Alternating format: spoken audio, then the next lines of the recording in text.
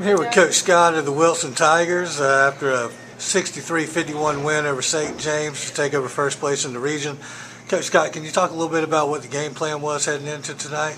Well, we wanted to try to take away some of the sets they were running. Last time when we went down there, they scored a good number of baskets on some sets, and probably gave them 8 to 10 points on that. And we felt like if we could eliminate that, then we could turn what was a close game, back our way.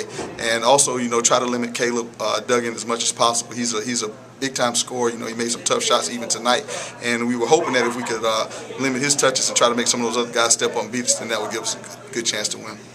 Well, Brandon King did a real good job on him all night. Play man-to-man defense, actually held him to 2 points in the first half. He got those 2 points on free throws late, 9 seconds left, I believe. Second half, he did come out and get a few points on you. But can you talk a little bit about what Brandon did for you tonight? Well, Brandon doesn't get a lot of recognition because, his name doesn't show up in the box score in terms of points all the time. But Brandon is he's a great athlete and a really hard worker. So he's an ideal type of kid you want to be a defensive stopper for you, and he normally gets our toughest perimeter assignment, and even tonight, like you said, he just did a great job in the first half with Caleb and kind of took him out of his rhythm. Now, good players gonna eventually get something going, and he did in the second half. But what we tried to focus the kids on is trying to make him take a lot of shots in order to earn his points. And I haven't seen the numbers yet, but I think he ended up taking a good number of shots. So hopefully, we kept his percentage down if we didn't keep his points down.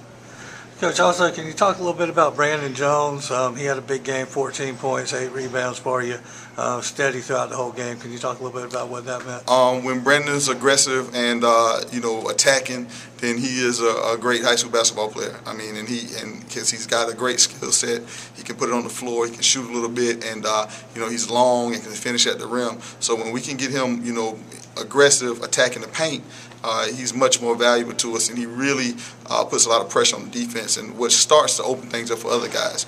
And tonight, I thought he was aggressive for the most part all night.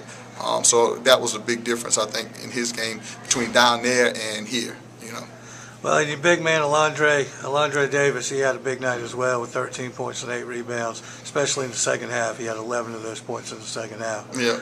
Can you talk a little bit about how he closed them out with the free throws there? Brandon and Alondre combined for 12 points. They scored 6 apiece and went to St. James. And to be honest with you, before the game, we just challenged them a little bit, and you guys are better ball players than that, and you need to come out and prove it. Because you can talk about it, but you got to get on the floor and actually prove it. And I think both of those kids wanted to respond and play better than they did down there, and they did a good job of being aggressive. And Alondre is one of our better free throw shooters. Actually, he's got good touch on his shot, and he knocked down some down the stretch and did a good job kind of closing out the game for us. Now, St. James did try to make a little bit of a run on you there. They closed it to 4 points, I believe, with about 2 minutes left to go in the game. But you responded well. Braxton Ivory, he actually came up really big for you in the fourth quarter. Right. Can you talk a little bit about what that meant? Well, they made a run because Caleb started making some unbelievable shots. And, he made some tough shots. They made a run and cut it down.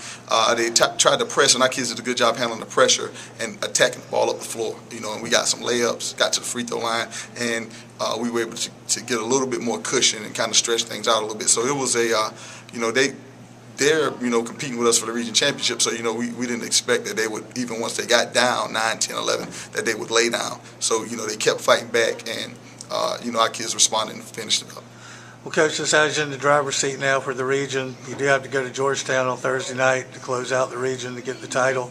Do you have any preparations in mind for Georgetown on what to expect when you go down there? Well, Coach Walker's teams always play hard, and those kids are going to be, it's probably going to be their last home game, so they're going to want to finish out the season on a good note at home. So we only have a one-day turnaround, so not much you're going to do in practice tomorrow, other than try to get some shots up and make sure everybody's aware of their assignments for Thursday. But hopefully, our kids, we have a lot on the line also with a chance to win the region. So hopefully our kids will respond and play well down there in Georgetown. Well, Coach, good luck to you in the game against Georgetown, and good luck to you in the playoffs. Thank you. Appreciate it.